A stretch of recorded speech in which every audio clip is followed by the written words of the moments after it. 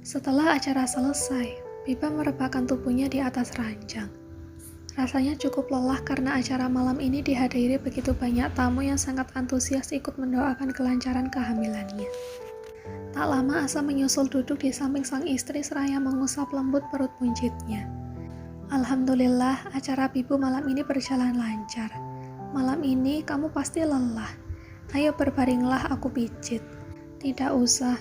Mas Asam lebih lelah membantu Boy dan yang lain bersih-bersih. Ayo tidur. Biba segera berbaring lalu disusul Asam setelahnya. Mereka berbaring sambil menatap satu sama lain. Sesekali Asam tersenyum dengan tatapan sayu karena mengantuk. Tidak terasa bulan Ramadan akan segera berlalu. Terkadang aku masih tidak percaya kalau sekarang seorang wanita cantik yang begitu baik menjadi pendampingku. Ramadan tahun lalu aku masihlah seorang pria yang merupakan tugas dan kewajiban sebagai seorang umat Islam. Namun hari ini berkatmu aku bisa menjadi pribadi yang lebih baik. Terima kasih ya sayangku. Asa mengecup singkat kening sang istri. Setiap laki-laki mempunyai ketegasannya sendiri.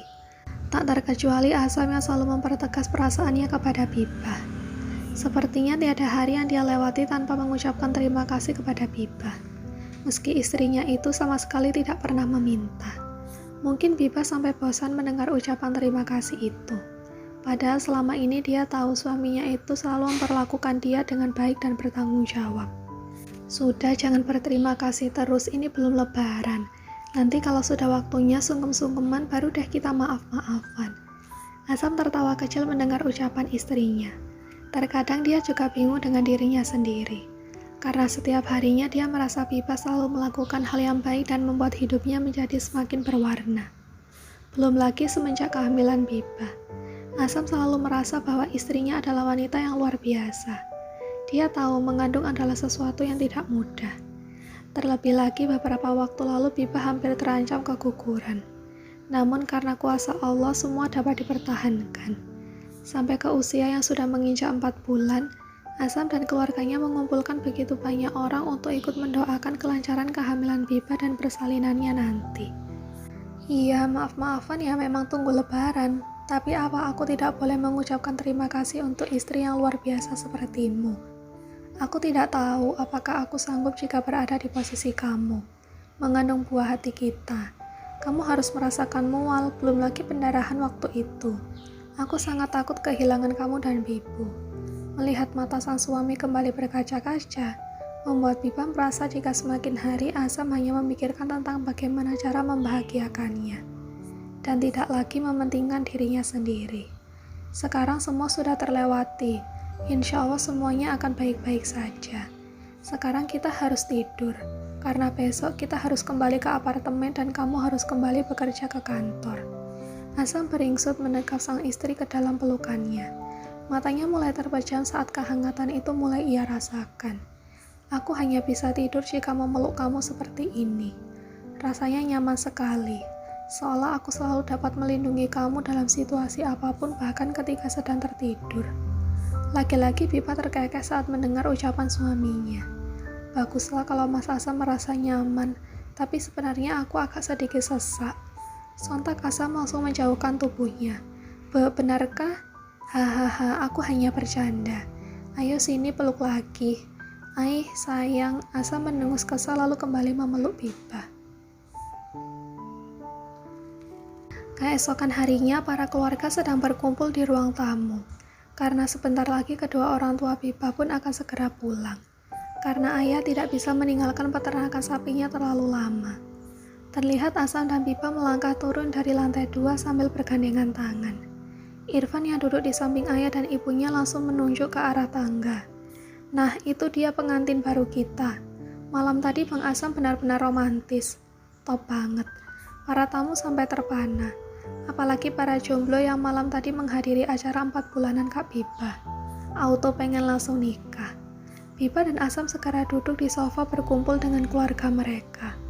Asam nampak begitu senang mendengar ucapan Irfan. Niatnya malam tadi hanya ingin mengucapkan kata sambutan dan ucapan terima kasih kepada para tamu yang menghadiri acaranya.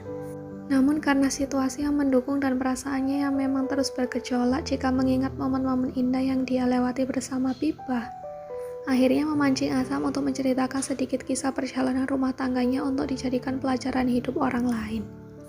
Duh, Papa juga seperti itu. Saat memperkenalkan Mama ke semua orang, Papa mengucapkan kata-kata yang persis seperti kamu. Memang benar kata orang, buah itu jatuh tidak akan jauh dari pohonnya. Asam dan yang lain tertawa bersama saat mendengar penuturan Papa.